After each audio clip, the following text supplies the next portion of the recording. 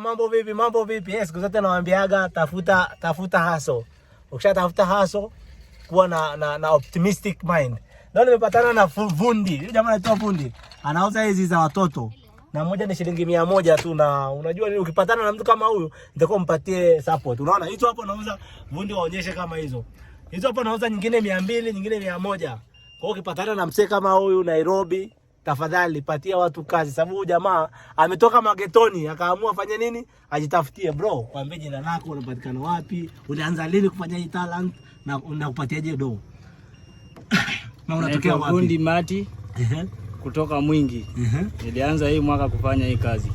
Hii ni mwaka sasa, hii imeisha. Hii mwaka hii. Wewe ni Mkamba? Mimi ni Mkamba. Ongea Kikamba ndio itabomba zaidi. Waambie umeanza lini, ulisomea shule wapi, vitu kama hizo. Itakuwa inabamba. Itakuwa wamesikia tu. Wamesikia tu. Haina noma. Sidanga hiyo talent ya kuongea. Lakini sasa unaona kama hii ulijifunza funzaje mpaka ukafikia kuweza kutengeneza kama hizi? Nijifunzia Huku Nairobi. Na Nairobi ulikuja kutafuta job, ndio ukaona job haimilipi utafuta hii au? Nikaanza hii. Wase, wewe baki nyumbani, kumbuka. Toka nyumbani, nenda kahaso. Haso itakufunza mengi. Vumbi, Mungu akubariki and have a great time, si ndio?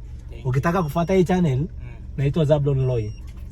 Zablon Loy. Hiyo jina yangu iliyokuja hapo.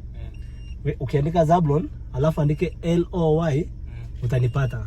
Sawa. Si ndio? Utaanza kupata hii video hapo, kaona watu wanasema nini. Na nitaweka namba yako kama unataka watu wakupigie simu wakuambie. Sawa. Ni sawa? Sawa. Cheers and have a great time. Mungu awabariki. Naendelea kusupport hustle.